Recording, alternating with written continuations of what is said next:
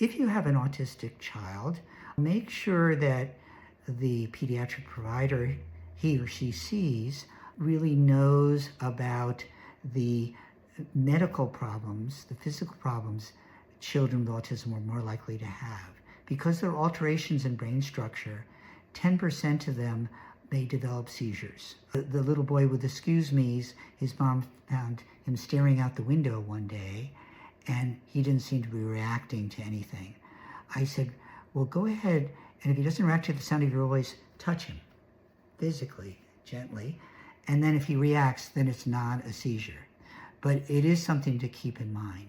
Kids with autism have more problems with their GI tract, have a higher incidence of gluten sensitivity, higher incidence of constipation, and so that helped lead to the misconception about autism somehow being centered in the GI tract. That is not true, but kids with autism have a higher incidence of these disorders. They also have a higher incidence of allergies, and I don't think anyone is quite sure of why.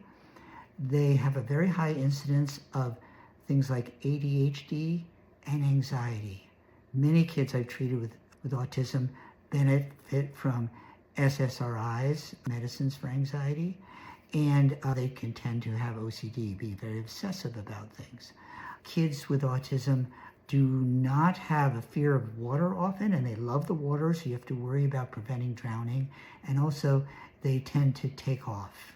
So I make sure to counsel the parents I've seen with young children with autism, keep a close eye on them, because that may be a real issue. So kids with autism are more subject to certain medical disorders, and it's something for you as a parent and for your child's doctor to know.